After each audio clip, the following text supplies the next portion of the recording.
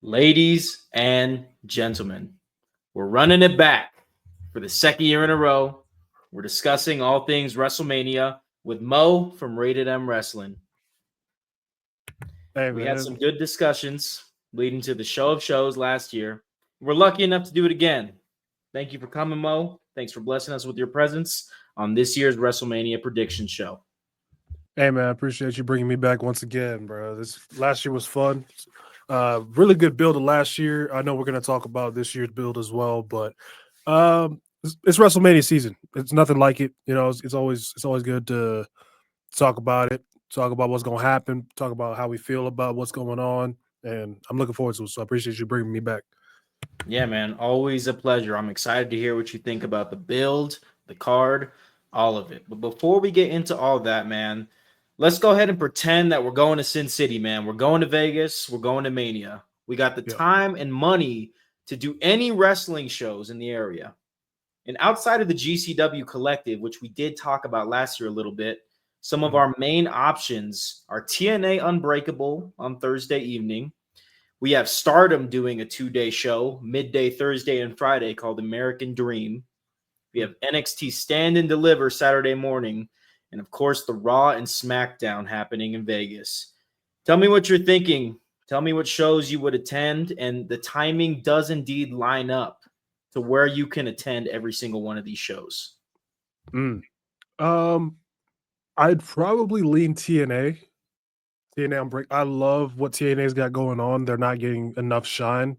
I'm a guy where I feel like storytelling and in ring is very equal in professional wrestling. I think they do a perfect balance of each. Uh, and of course, they have an incredible roster. Don't exactly love the Tessa Blanchard stuff, but outside of that, great.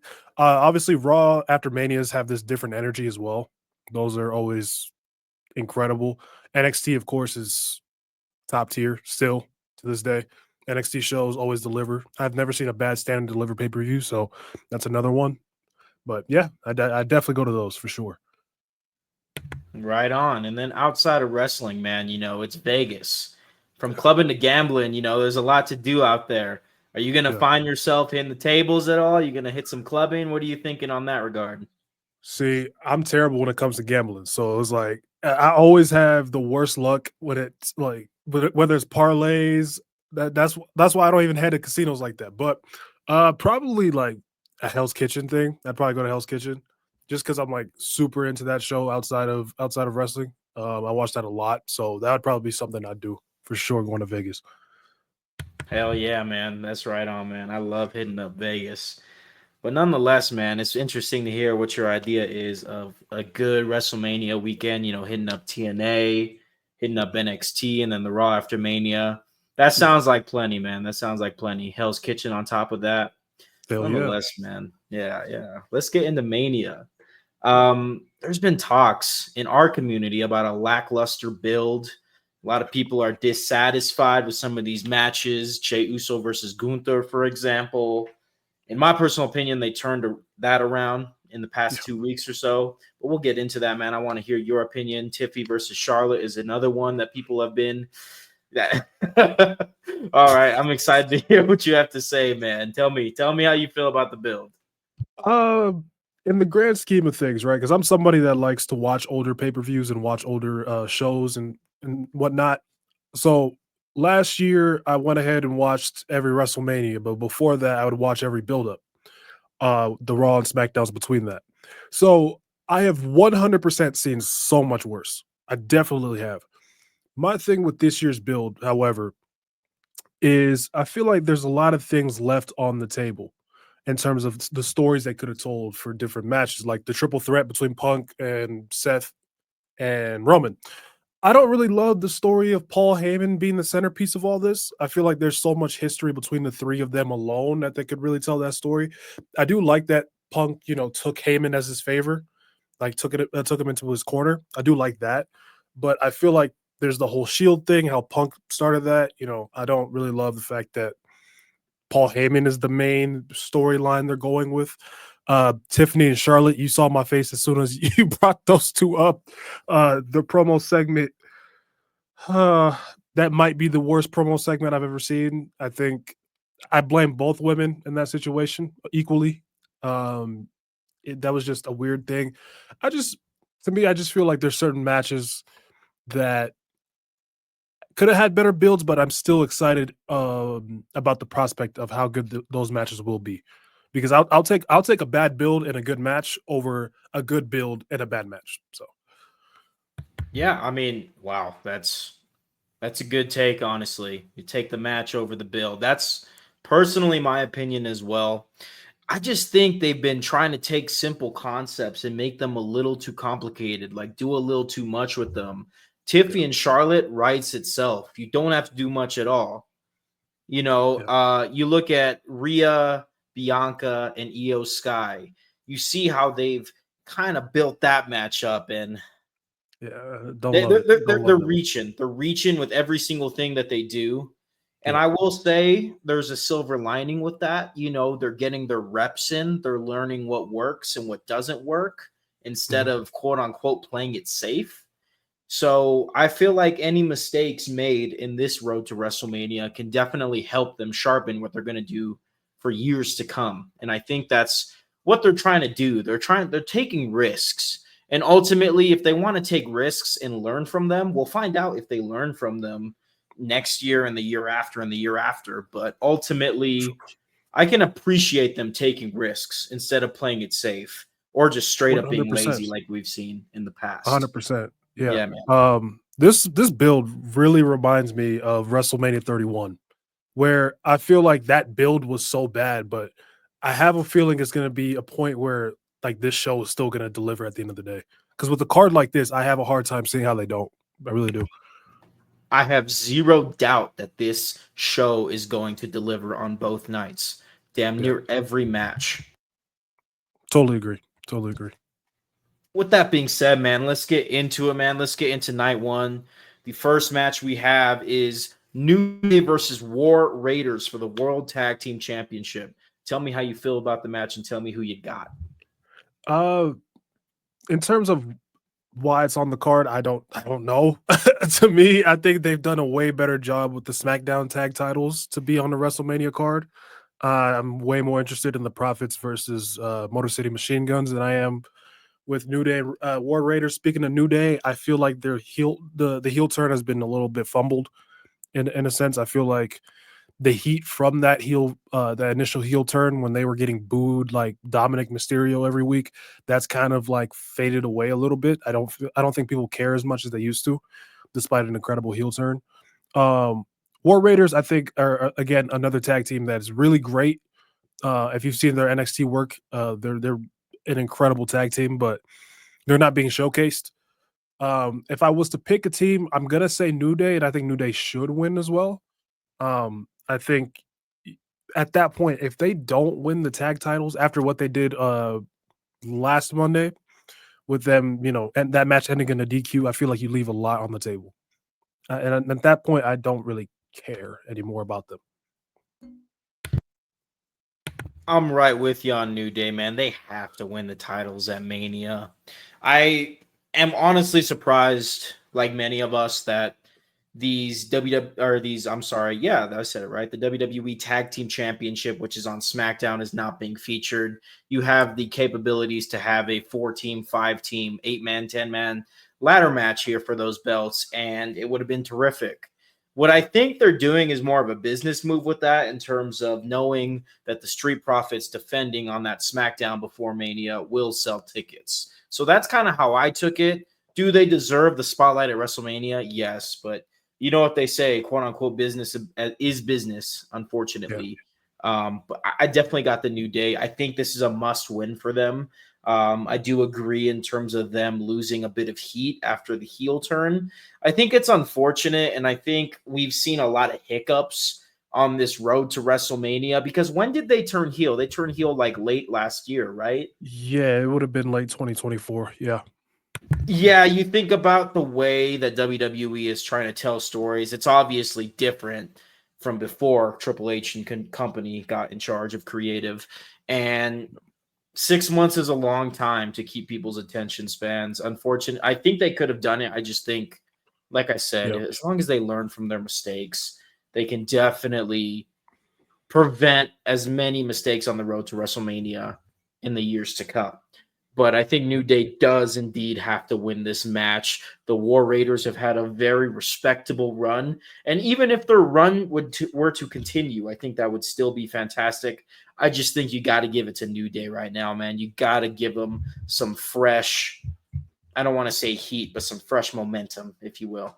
Yeah, I think New Day, a heel New Day run as tag champs, we haven't seen that since 2015, 16. So I think that would be much more interesting than like a babyface New Day winning it once again as well.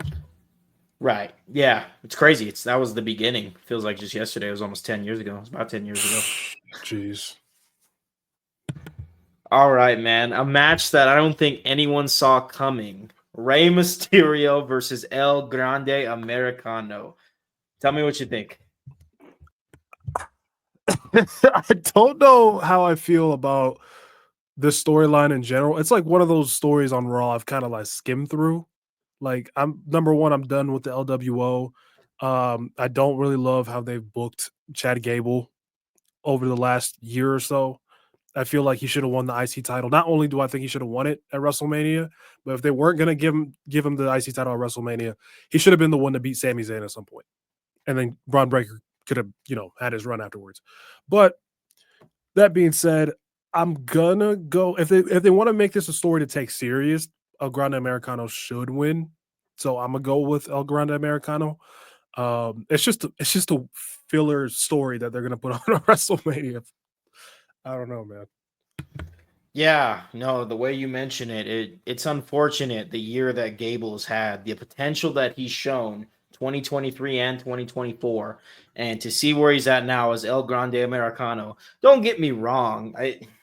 I laugh when I see it, right? Like I think Rey Mysterio versus El Grande Americano, aka Rey Mysterio versus Chad Gable, can be a fantastic match because they're both amazing wrestlers. Yep. I just think Chad Gable is worth a bit more, and I agree with you. He should have had an Intercontinental Championship run somewhere in there over the past year or so. Nonetheless, man, because it's such a quote unquote throwaway story, because it's WrestleMania, because we want to have a quote unquote happy WrestleMania moment, I'm going to go with Rey Mysterio. Maybe he even takes the mask off of El Grande Americano and we go from there. I'm going to go with Mysterio. I'm really split on this one, but to make things interesting, I'm going to go Mysterio. Yeah, I can see that. I can definitely see that for sure. Nonetheless, man, let's get into this one. Oh, I'm excited to hear this. We got Tiffy Time versus Charlotte Flair for the WWE Women's Championship, which is the easiest story to tell on paper, yet selfishness, shoot promos, and shall I say, a babyface turn that has ultimately fallen flat on its face, unfortunately, has just riddled this build. Tell me what you think, man. You cooked on that last part. I don't love the fact that Tiffany turned face. She's given me no. They gave us no motivation to really like. We cheered her because she's good at what she does, but to turn her full-fledged face, I feel like WWE has always had this problem, especially in the Triple H regime. They did this with the Street Profits as well. As soon as the crowd starts to cheer a heel, they love to turn them face right away. I don't think they should do that. Tiffany Stratton could have been cheered. That's fine. But her as a baby, she's done nothing to change her character as a babyface for us to be like, to cheer her. And I feel like this feud, it's been a thing with Charlotte. And I don't mean to hate on Charlotte Flair. I think she's an all-time great, no doubt. But the thing with Charlotte Flair on roads to WrestleMania is most times the feud isn't all that great. We saw that with Ronda. We saw that with Rhea.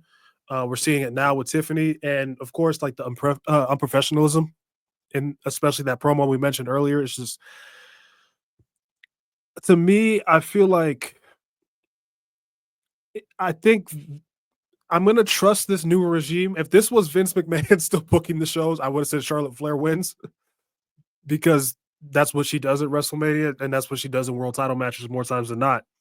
But I'm going to trust them and say Tiffany Stratton. I think Tiffany should win. I think after this horrible build, her losing after a weird face run on top of this feud kind of sets her back a lot. It's going to take a lot for her to come back from that. And I think with Charlotte, me personally, if I was booking things, I'd never give Charlotte another world title. I think she'd be much more interesting doing a story away from the title. I think she can showcase her, character work I think a little bit more. She can showcase more layers to her character as well. I think them running it back and giving her the title once again, it's like, what do we gain from that? You know what I mean? I'm honestly done with the horsewomen in general winning the world titles. Even though I love all four of them, I'm just done. Yeah, man. It's tough because like we said, man, it's the easiest story to tell. And I will agree, man. They like to turn people face way too quickly. They like to jump the gun on that. It's 2025. Let people root for the heel. Like it's not super mainstream popular in film, but there are films where, long story short, the protagonist is ultimately an antagonist. And if it's done right, I'll give an example. The Founder. I don't know if you've seen that film. If it's done right, I recommend it. If it's done right, it's solid. Stone Cold Steve Austin was a heel. Did they ultimately turn him face? Yes, ultimately, but they also let him. They allowed him to get cheered as a heel, and we loved Tiffy because she was a great heel more than anything. And yeah, it's not translating well. It's a horrible reflection on Charlotte Flair because, yes, those previous builds that you mentioned were lackluster, unfortunately, but she has just come off as a pompous ass, honestly. She has come off as selfish. She's come off as entitled. It's not a good look, man. It's not a good look. Unfortunately, this build seems to have done more harm than good for both wrestlers. So they got to go into WrestleMania and they got to wrestle, man. They got to freaking wrestle to gain interest. I, I'm going to make things That's what interesting. happens. And that's what happens a lot with Charlotte feuds. Like the build is bad, but then when we get to WrestleMania, the match just is killer because she's one of the best in-ring performers that women's division has ever seen, if not the best. So it's just like, and to me, why I picked Tiffany, Charlotte, despite her not looking great in this, she's still bulletproof. Like she could lose for the rest of her career and she's still going to be an all-time great. Tiffany, she's on her way. So It can go either way. And Tiffy being on her way is ultimately why I am going to pick Charlotte for this one. Not because I want to, just because I'm thinking about it and I'm like, Tiffy has kind of lost some clout in this feud, in this build. What happens if she wins? She's a lukewarm babyface. If Charlotte wins, we all hate Charlotte. Is it go away heat? Yes. Is it better than a lukewarm babyface? It is. Maybe. I don't know. That's debatable. I'm just gonna go with definitely is Charlotte to make things interesting. We will ultimately see what happens. I am indeed rooting for Tiffy, and we'll see how it goes. for sure.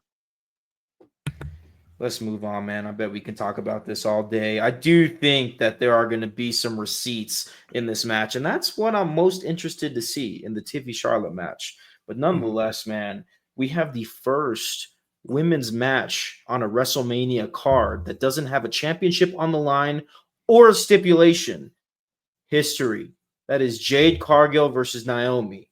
Two women who deserve it. Yeah. Tell me what you think about this match. Tell me what you think about the build, Naomi's new heel persona. I want to hear it. Man, this has been one of my favorite builds to this WrestleMania. I've enjoyed this more than actually either one of the world title matches. Surprisingly, that shocked me when it comes to especially the WWE Championship match. But I feel like Naomi's character work has been so good, and a part of me really wants her to win this match. Not even a part of me, most like I really want her to win this match. But I think they're going to give Jade the big win for this WrestleMania. Number one, I think she's gonna be somebody they push to the moon, whether she's ready to or not. I know a lot of people feel some kind of way about her in ring.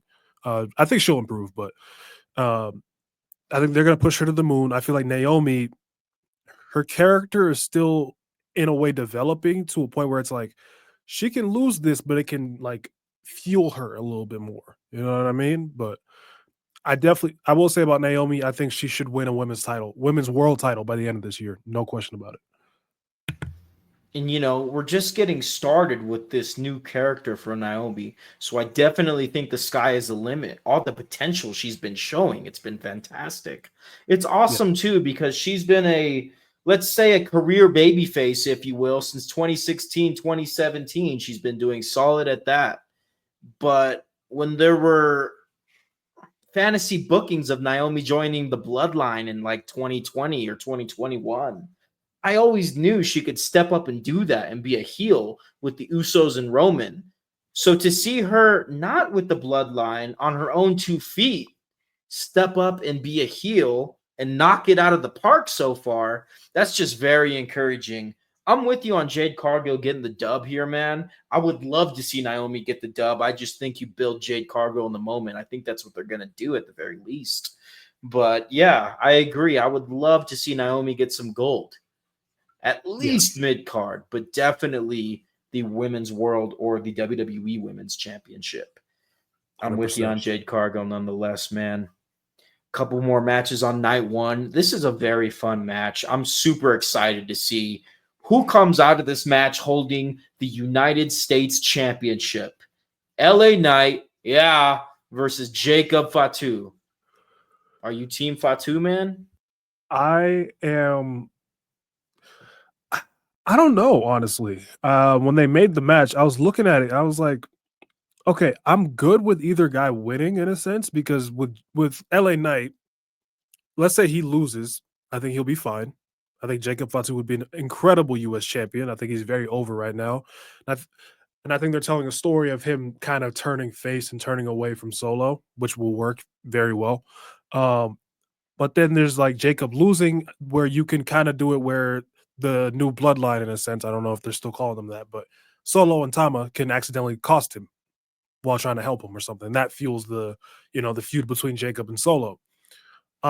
Ultimately, though, I'm gonna go Jacob Fatu for a couple reasons. First, I think because it's his first WrestleMania. Second, I feel like they gave LA Knight a big win last year, so it's not like a WrestleMania L is gonna hurt him too much. Um, and I just feel like they really want to push Jacob to the moon with everything they've done.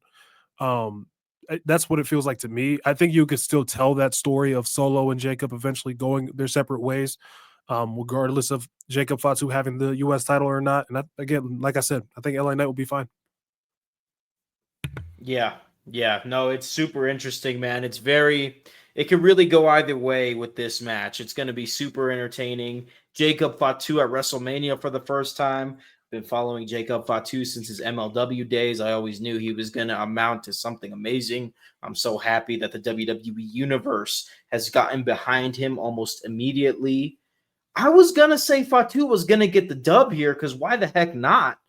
Right. But you gave me an idea, man. Like having Solo and Tama Tonga accidentally screw over Fatu in his first WrestleMania match is the perfect way to turn him face.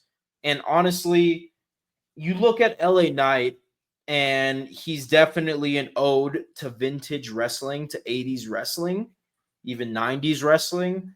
Yeah. And he's a safe bet. Like you think about the next United States champion, and it's either Jimmy Uso or Jacob Fatu. We just had a dud of a run for whatever reason with Shinsuke Nakamura. I think you have LA Knight retain, give Jacob Fatu a reason to turn face against Solo, slow burn that story with Fatu and Solo. It just makes sense because WWE, man, they don't like to rush into things. And it would seem a little early for Fatu to get this U.S. title win. This is all off the top, man. I was totally going to go Fatu, but I'm going to change my answer. I'm going to go LA Knight. I'm going to go LA Knight. Yeah. I think, yes, he did get a fantastic WrestleMania win against AJ Styles last year. I think if he gets a win against Jacob Fatu this year, I think it could do a lot for him. It may not seem like it, but I think when it's all said and done, if this is to happen, it can do a lot for LA Knight to go 2-0. Well, yeah, I think that he would be 2-0 in his singles 2-0. matches. Yeah, Yeah, I think he could benefit a lot from this win against Fatu, even if it's at the hands of Solo making a mistake, making an oopsie. Nonetheless, yeah. man, we I will got say though, there is one thing about LA Knight that I will appreciate Triple H for is that he's really kept his momentum. He's never felt unimportant at any point since the point. Well, he's not as popular as he once was, where people were like, strap the world title to him, like before he faced Roman Reigns. But the fact that he's never felt unimportant, even when he lost the US title stupidly to Shinsuke Nakamura, I don't know why they did that. He's just been so consistent in terms of what he does, what they've put him in. Like LA Knight, that's one thing in this Triple H era that has been nailed 100%. and I think what they do, man, is I think they just put these athletes in sink or swim situations and say sink or swim. And LA Knight is just that guy, man. You see him bring that energy. Undoubtedly, man. He is not only hilarious, but he's Yeah. energetic and he's what's the word I'm looking for? I don't remember. Anywho, yeah, man. It is cool to see basically Triple H and company creatively put the ball in the superstar's hands and say, are you going to run with it? You going to fumble it? You going to do a spin move? What are you going to do with it? Yeah. That's what I see from them. I see the system that they're laying out and they give them opportunity. I think there was a lot of times before these guys were in charge where wrestlers didn't have opportunity. So to Yeah. see it happening To really now is shine. awesome. 100%.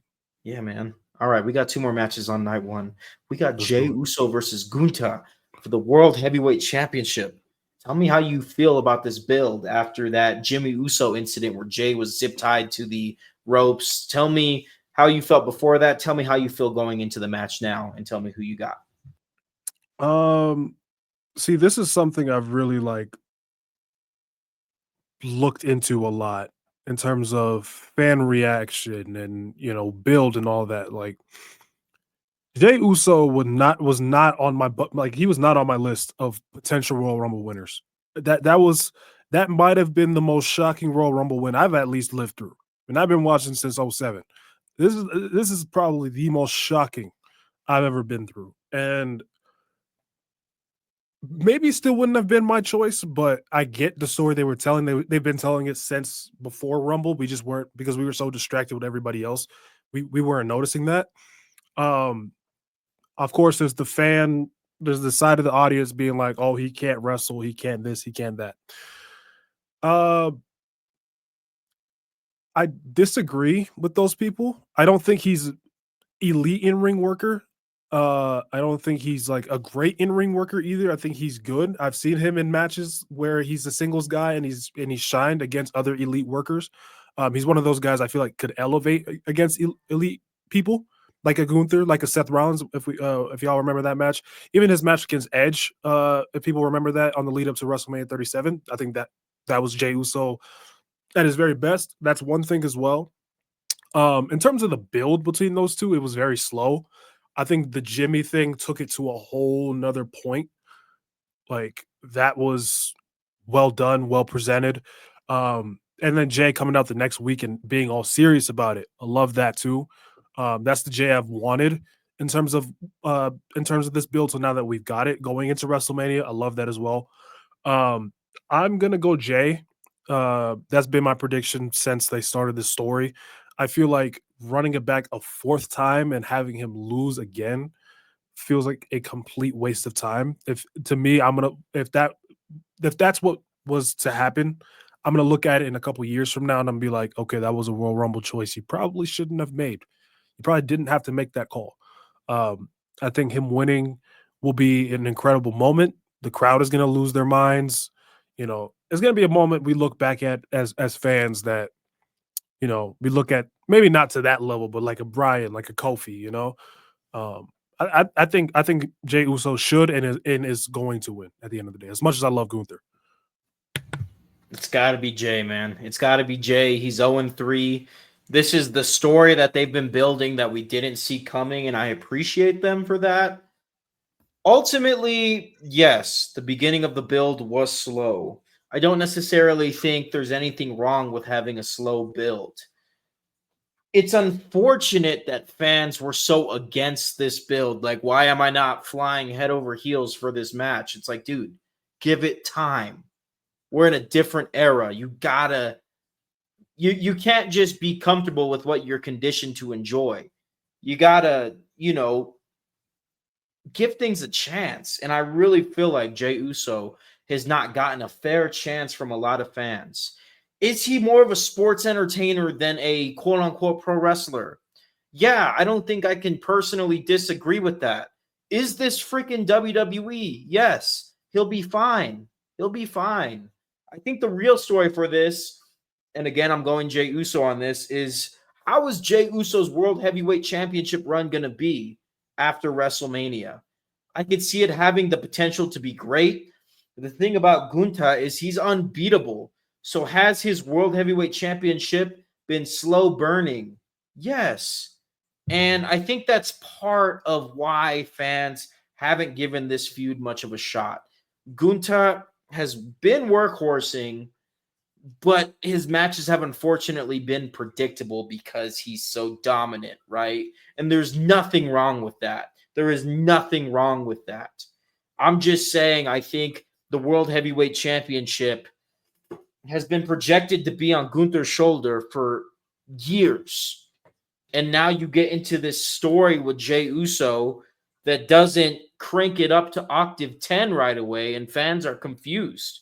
They're used to things being cranked up just after the Rumble. Guess what, man? I was patient. I waited. I did not worry. I did not falter. And when we got that segment with Jimmy Uso bloodied at the hands of Gunther, I was like, this is fantastic. This is the moment that we've been waiting for. You don't need the guaranteed quick satisfaction every week. Sometimes you got to be patient. Not every Monday Night Raw has to knock you off your heels. These guys are going 52 weeks a year. Give them a break. There's no off season. Even wrestling fans themselves have to acknowledge that we might be a little burned out all the freaking time. So I am not in the camp of hating on this Jey Uso versus Gunther match.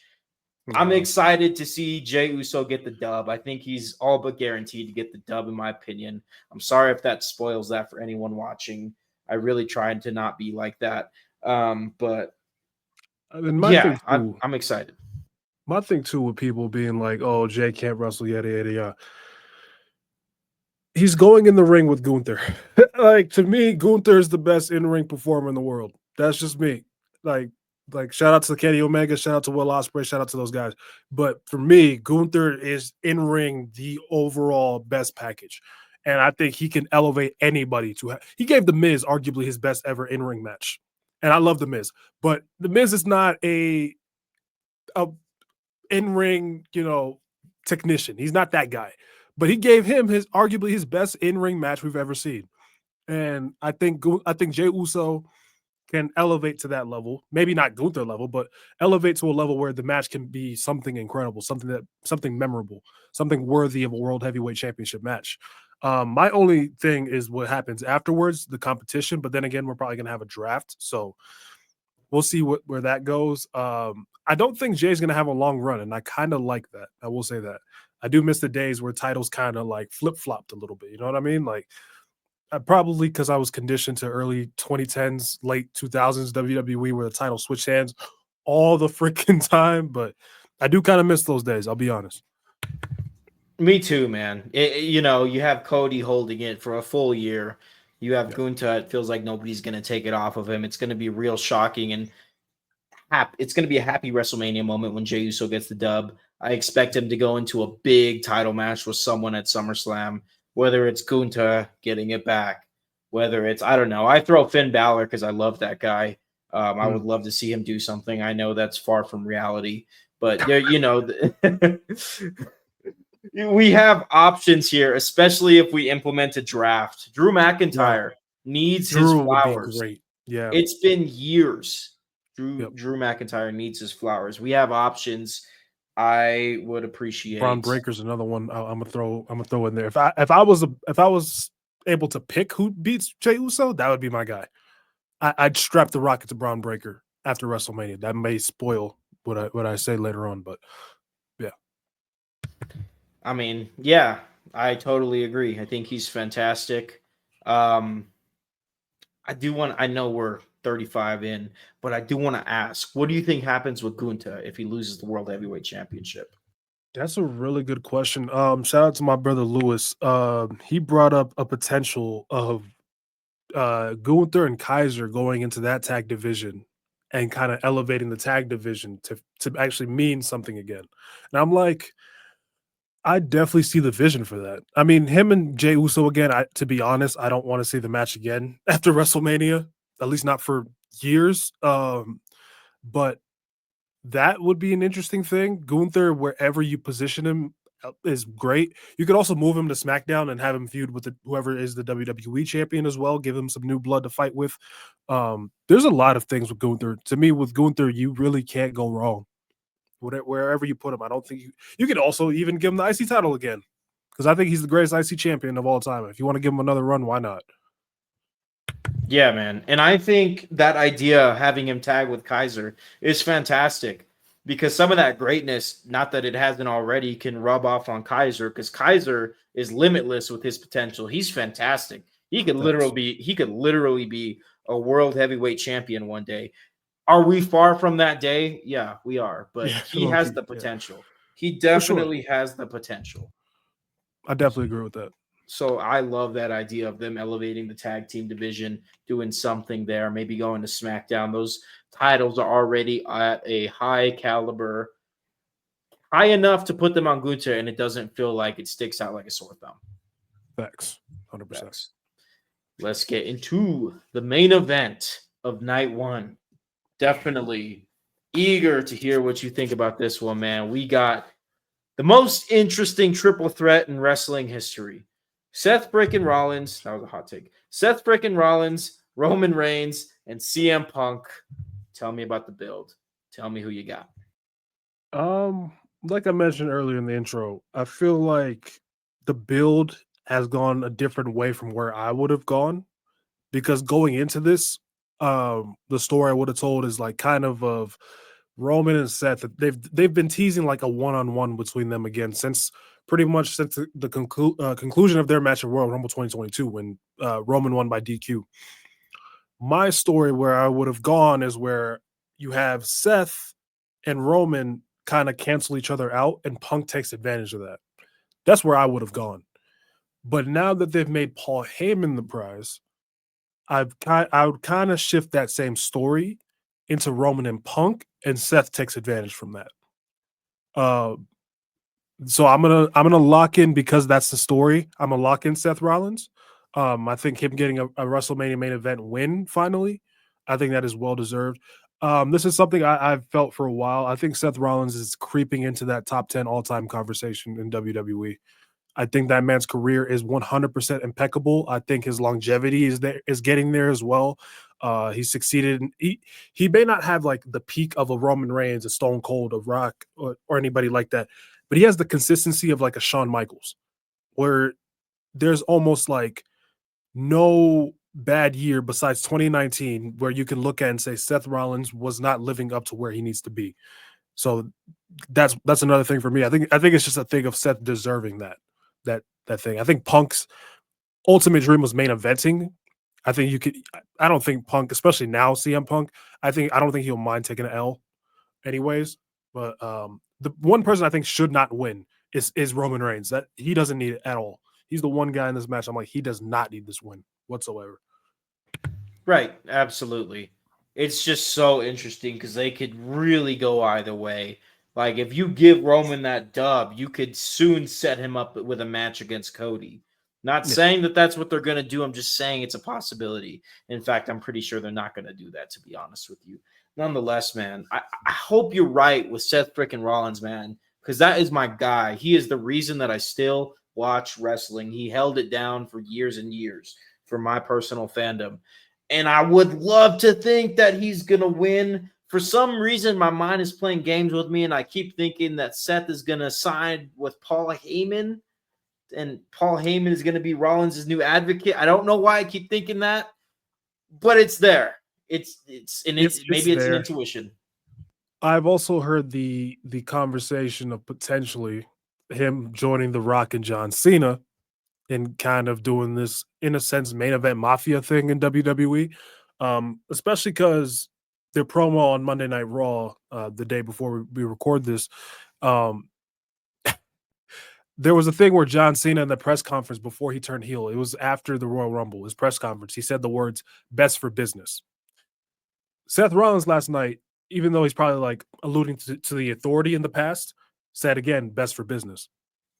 So I could see a potential of him, because that's just like a heel thing to say.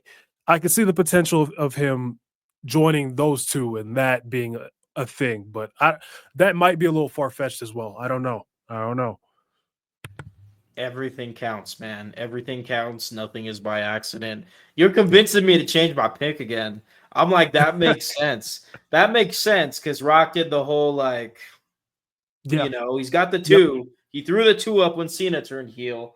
It would Yep. totally make sense for Rollins to turn as well, and Heyman to be. I don't want to get too far into the fantasy booking of everything. Nonetheless, man, CM Punk is in his first WrestleMania main event. Love it. I gotta be honest with you, man. I wanted a bit more out of this story that was leading to CM Punk being in his first WrestleMania main event.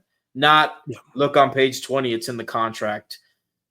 I don't want to be a Debbie Downer, but It's a I little weak. wanted to see. I always had this vision of CM Punk turning heel with Paul Heyman at his side, going into his first WrestleMania main event with the undisputed WWE Championship.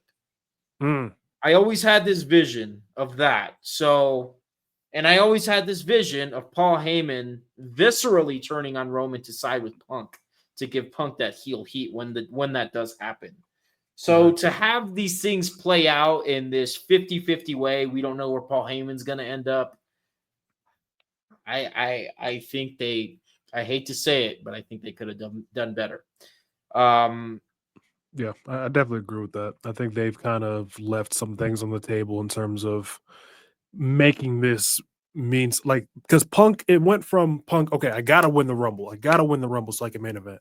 And then it was I gotta win the Chamber. And now it's kind of just like, now you just have the main event, like here, and it wasn't the favor to begin with. So it's kind of just like, that story could have been told a little better, but regardless, as a CM Punk fan, I'm very happy that he's getting his main event. He deserved this in WrestleMania 29 back in 2013. So now that he's getting it, I'm very happy for him. Right. Yeah, no, it's fantastic. It's just one of those things where it's like, that's a story that has been years in the making, whether they meant that to be the case or not.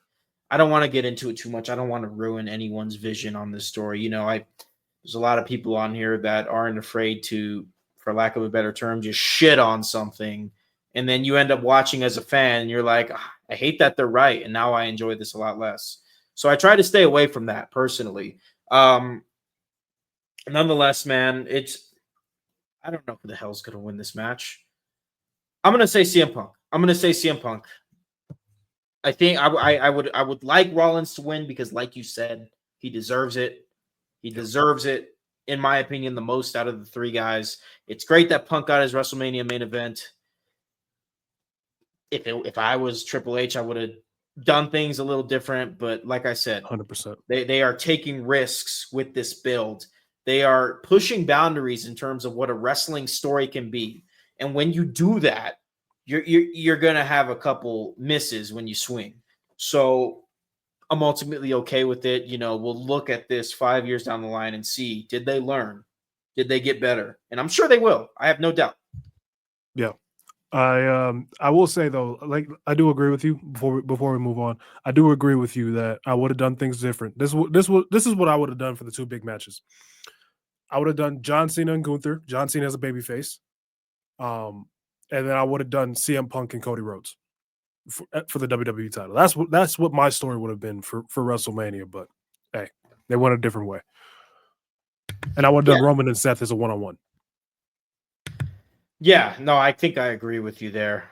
You said Punk and Rhodes. Yeah, Punk and Rhodes. Cena and Gunther, and then Roman and Seth do their own thing, because that's been teased for long enough. Yeah, I think I agree with you. I think that's what I was thinking in January. Nonetheless, I don't think there's anything wrong with the matches they've chosen. I just No, said, like I said, I'm not one to call this a lackluster build. I'm one to say they're swinging for the fences, and that's okay. They're yeah, only gonna get a higher batting average if they keep swinging for the fences. 100%. All right, man. Let's get into night two. I think a lot of these matches on night two we can fly through because we're 45 minutes in. Um, let's start with the triple threat for the Women's World Championship. Io Sky defending against Rhea Ripley and Bianca Belair. Who you got? Uh, Simple enough. I think Io Sky is and should win. The story they've been telling of kind of the other two kind of nudging her out of the way to get their own thing. I think that's going to cause a thing where Io takes advantage of that and she gets the W. I think she also needs it. I don't think Bianca needs it. I think she has her own thing with Jade and Naomi that she can go into. And Rhea, I kind of want to see her away from the world title for now. But I think Rhea and Bianca should be revisited one-on-one at another time. I 100% agree. Um, I will say it seems like they just had a lot of fun with this build. They weren't really too Yeah. careful, if you will, with anything, and that's okay. I'm excited, and I think the story there is Io Sky taking advantage of Rhea Ripley and Bianca Belair having that top dog beef, if you will.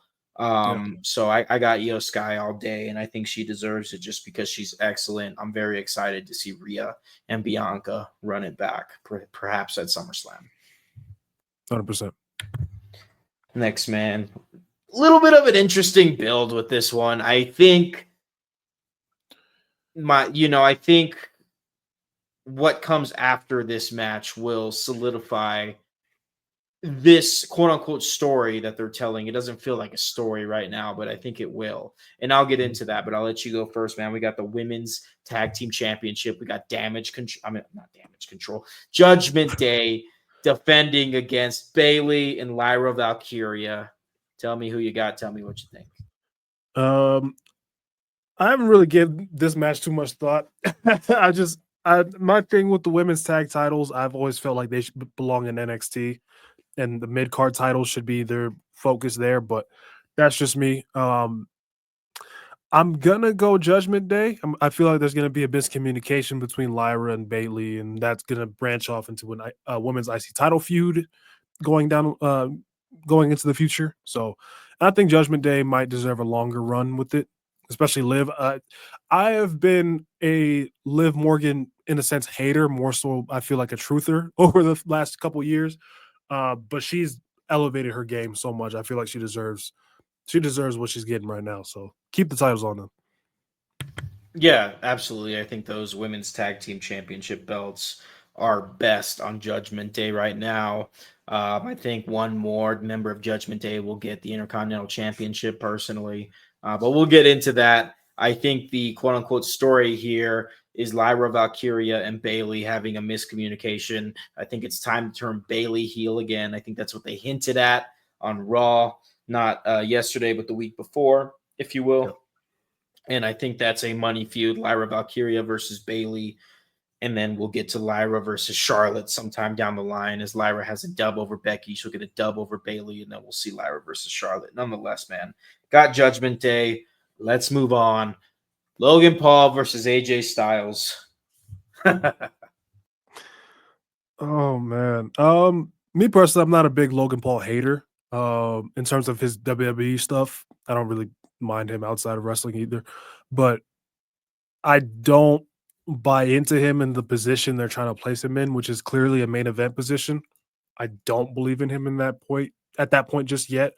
As an overall package, I think he's missing a lot. AJ has taken a lot of big losses, so I feel like giving him this win. I think he should win, but who I think is going to, I think is Logan Paul.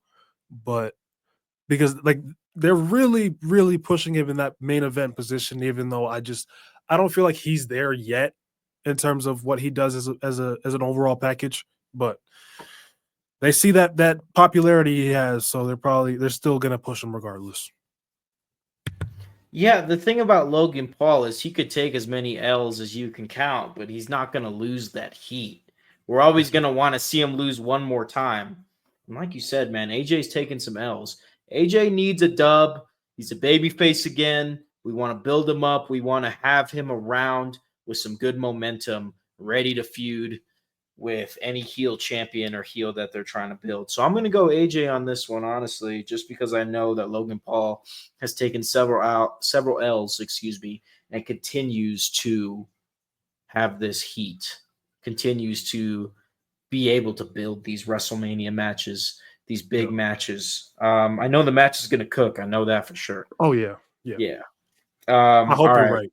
I hope you're right There's with no way AJ. it doesn't. There's no way that it doesn't. It's gonna Yeah. cook. Don't you worry. Don't you worry. Yeah. No, I hope AJ wins. I hope my prediction's wrong. I hope to God my prediction is wrong.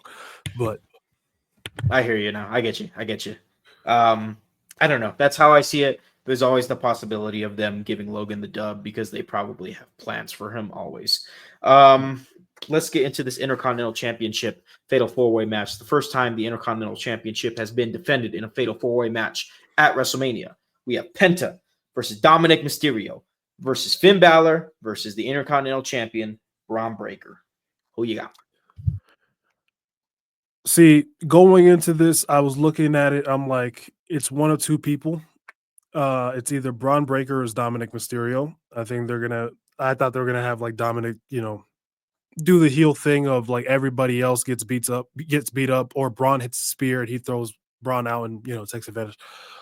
But with the way they've built this match, and I don't think it's gonna be Penta at all, but the way that they've built this match, and I have called him Pin Balor for a long time. I have a feeling Finn Balor's finally gonna get a big win on the WrestleMania stage, man. I feel like they're gonna try to revive him. I could be wrong. I've been wrong about Finn Balor a billion times, but something tells me it's either Braun or Finn at this point. The tension they've been teasing between Dominic and Finn, they could have Finn Balor win this, and then it branch off into Finn Balor and Dominic have their own feud, and that's how you split off Judgment Day finally. I think that needs to happen ASAP. But I'm gonna go Finn Balor. I have a good feeling about him. I have a good feeling. Yeah, man. I hope you're right.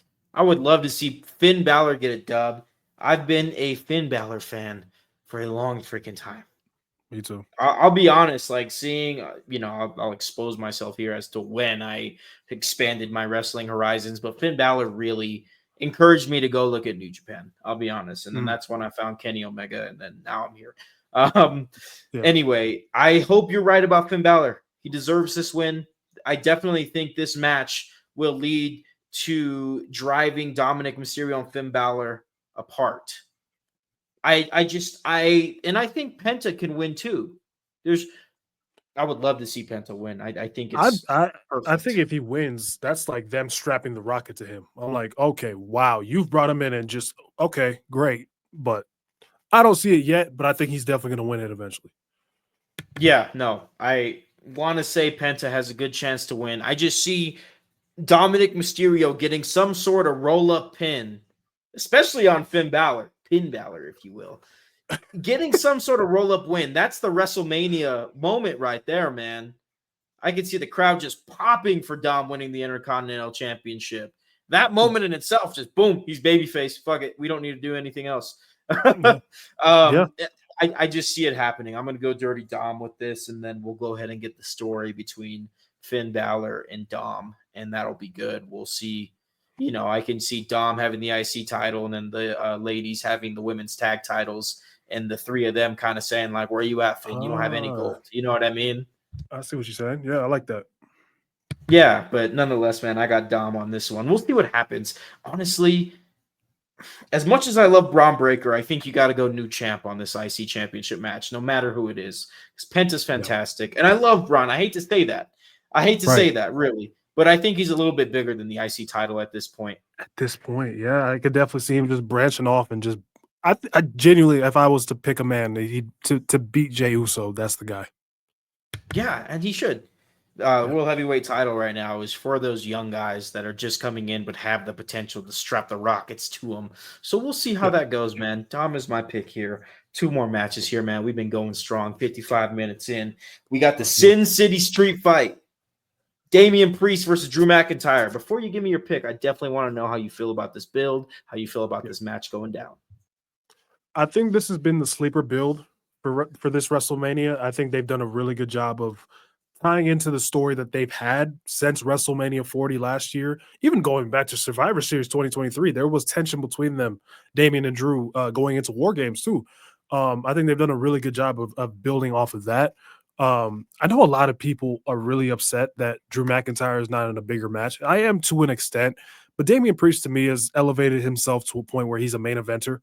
Like I look at him as a main event guy 100%. Um, I think him and Drew will have a fantastic match because I think before CM Punk interfered, their match at Clash of the Castle, fantastic. And I think now as you add weapons to it and we're at WrestleMania, I think they're going to do fantastic. I'm going to go Drew McIntyre, and I think he should win. I think Damian Priest, after the year he's had, he's fine. I just feel like Drew has taken so many big losses, maybe too many big losses if you ask some people. To I think this will start the rebuild of Drew McIntyre in a sense. I can see him being world champion by the if not the end of this year, by WrestleMania next year. That's how I see it. I think he will finally get his run in front of people. And I think this will be the starting point for that. Dude, I think he deserves it, man. Like Yeah, literally, if you wanted to build up Drew McIntyre to slow build and beat Cody for that undisputed title, you could because he's limitless. And I know that's a super hot take, but I believe that. And 100%. Damian Priest has flourished in a way that none of us could have expected. And he's only getting better. He'll be around for a minute. He's done fantastic. And he's been there when the companies needed him to be in a very important position. So it's great that he is getting this high caliber match against Drew McIntyre. I agree with you. Drew McIntyre desperately needs the dub. Gotta win here. I know this match is going to cook. I know Damian Priest is going to look excellent in defeat. And I think Drew McIntyre getting this win here in what will be one of the best matches of the weekend will be fantastic. And then we'll see. You know, I really do think Drew McIntyre versus Jey Uso is the match they can go with at SummerSlam this year. Don't want to get too into I it, would give but Drew the win there. I would give him the win there. I'll be honest there. you got years of a story right there going back to the Bloodline days, the Yeah, Bloodline era, if you will. So it only makes sense. I think Drew McIntyre gets a big dub here. Nonetheless, man, we got one more match. We here got we the go. undisputed WWE Championship. Cody Rhodes versus John Cena. Let's talk about this heel John Cena. I want to know what you think about the promos. I definitely want to know what you think about the build, and then we'll go from there. Yeah, I feel like with John Cena, in terms of shock, that might have been the most shocking heel turn in WWE history. I thought heel Cena was like that wasn't even an option in my mind. Going into that chamber, like I was dumbfounded, completely dumbfounded when I saw his face, um, looking at The Rock. Now, in terms of the promos, the first promo I thought was fantastic. I think it hit on damn near every point it needed to hit on, except one person, which I'll get to. Um, I feel like he that was fantastic, but then they had him come out the next week and basically cut damn near the same promo, basically cut the same damn near the same thing. Once again, believe that was Glasgow. The one-on-one with Cody, the back and forth they did was fantastic as well. I just feel like with Cena, I feel like something's missing, and that something for me is The Rock. I feel like that aspect has just been randomly taken out of the story. I don't know if it's because Rock's not showing up at WrestleMania or if they want to make it more shocking when he does show up at WrestleMania. I don't know. But that part for me has made it a little awkward in a sense. I don't know where they go from there. Either way, though, I feel like as much as I love Cody Rhodes and as much as I've enjoyed his build, I've loved his run. I think his run has been very underrated by a certain part of the audience, aka the Bloodline stands. Um, I feel like you waste everything you've done with John Cena if he does not win the WWE title. I feel like, to me, this is just me. If he doesn't win, I kind of don't care about anything else he does for the rest. You might as well turn him back face at that point. I'd be like, what was the point? You could have just kept him babyface if you're going to have him lose. Because John Cena and Cody Rhodes is a big match regardless. But I feel like with John Cena, if you had kept him face, it was more of a thing of, okay, we're kind of just saying goodbye. Like, good to see you, right? We're enjoying you being around. But at the same time, it's like, we don't really need to see another world title run from you. But now that you've turned him heel and the motivation is literally becoming being number 17 again, you kind of have to now. You kind of have to. Dude, where do I even begin? First of all, when John Cena had that facial expression staring at The Rock, I didn't even yet comprehend that he was about to turn heel. My brain just kind of went into shock. I was like, and then, he did the low blow, and I was like, heel Cena. Shit.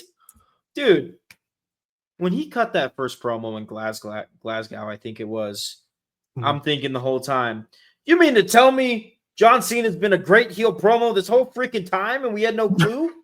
Yep. I mean, I know John Cena started as a heel, but this was way different than the beginning of his career. Yeah. You mean to tell me that he's that good on the mic? You mean, like, this whole time we had no clue until we saw it play out. It was one of the best promos of all time, in my opinion. There's been so many good promos. That promo was just something out of a pipe dream, to be honest. I was like, dude, yeah, and you can understand why he was upset. I'm like, dude, I want him to win the title now. Holy shit. Yeah. As a Cena fan for years, I could definitely understand his frustrations because, man, like, growing up, they used to hate this man, dog. Yeah, I'm at a loss for words with how amazing this has been. The words can't really describe it for me, just the fact that they've landed the heel Cena turn as well as they have. And for me personally, it seems very unclear as to if this is going to be John Cena's last match. We have to understand that is very possible. He said if he wins the title, he's taking his ball and going home. He's taking the title and going home. So this can very well be John Cena's last match, and it seems like it may be so. Don't quote me. I would be. I mean, they did advertise him for Backlash, so I feel like he'll. That's another reason why I think he's going to win this. So he's going to defend it there, and Randy's another person they advertise for that show, so that could be a whole thing that they do as well. But I don't think it will be his last. I think he'll defend it until December, and then they'll probably take it off of him. Fair enough, man. Fair enough. We'll see how it goes. Kind of when he said that, I don't know if you remember him saying that. If I win the WWE Championship, I'm going to ruin it for everyone. When he said that, I was like, okay, maybe you're not winning. And honestly, personally, I have a hard time seeing them not give the momentum to Cody Rhodes. Like, that's the guy.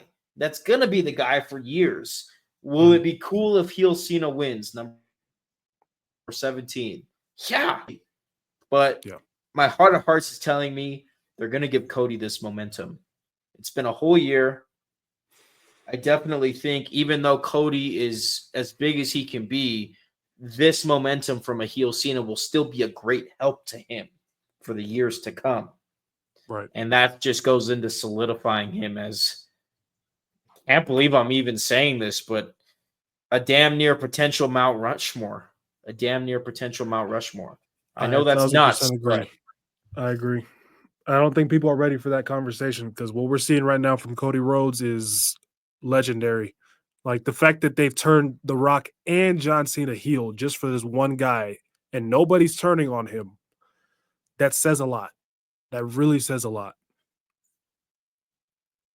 I think WWE understands that Roman's going to be done soon. Yeah. I think Rollins will stick around for a long time, but he's getting up there. Rock will be gone soon. Cena is obviously going to be gone soon. Like, they need to put everything that they have. Punk is older. They need to put everything that they have into Cody right now. And then they're going to put everything they have into Kunta probably. Mhm. And yeah, I got Cody on this one nonetheless.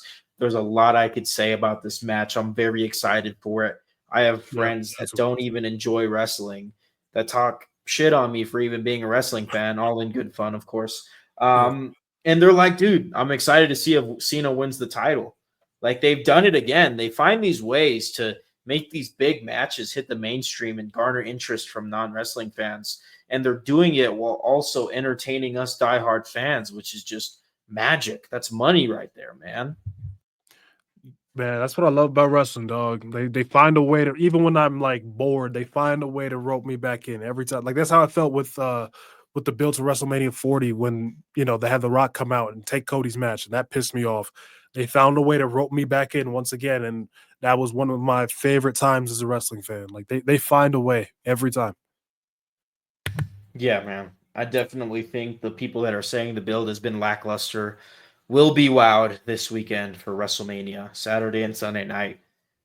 Dude, All I you say to going those on? people, all I say to those people, go back and watch the build to WrestleMania 31 from the Rumble forward, and then go watch the show afterwards. We'll be okay. I promise y'all we'll be okay. Promise y'all. Absolutely, man. Absolutely. I agree. I think over time WWE fans will be more conditioned to be a little more patient and be a little Yeah. more open to WWE swinging and even swinging and missing because I think Yep. this company will prove that they're going to start learning from their mistakes, which is obviously isn't something they used to do. But now we're in different hands. We're in good hands. The Yep. future is safe and the future is bright for fans like us. 100%. Totally agree with you. Yeah, man. Well, it's been an hour and 6 minutes, man. It's a Tuesday night at the time of this recording.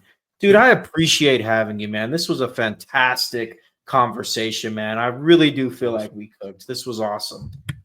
Yeah, this was great, man. I appreciate you bringing me back. This was a good conversation. Break down this entire build. The more we talked about it, the more I realized how much I liked a lot of what we got out of this build. Even though it's not my favorite WrestleMania build we've had in recent years, but there's a lot of good to be had here. And looking at the card, I have a hard time seeing it's not that it's not going to deliver at the end of the day. I definitely think the show's going to deliver. But yeah, I appreciate you once again bringing me on. I got to bring you on my platform as well one of these days. Yeah, man. We'll talk about it later. We'll set something up, man. But tell the people Let's where do you it. from, man.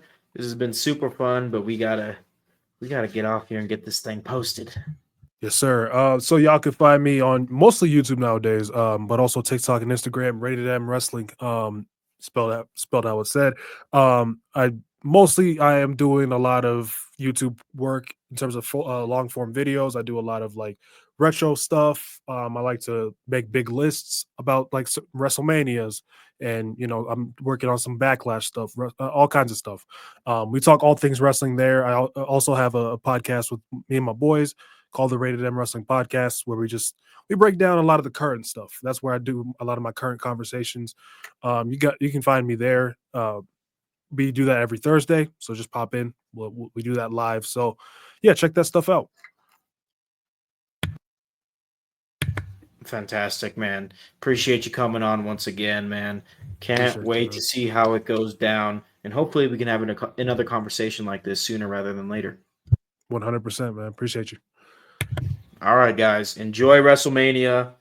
Have fun. I don't know what else to say. Peace out. See you.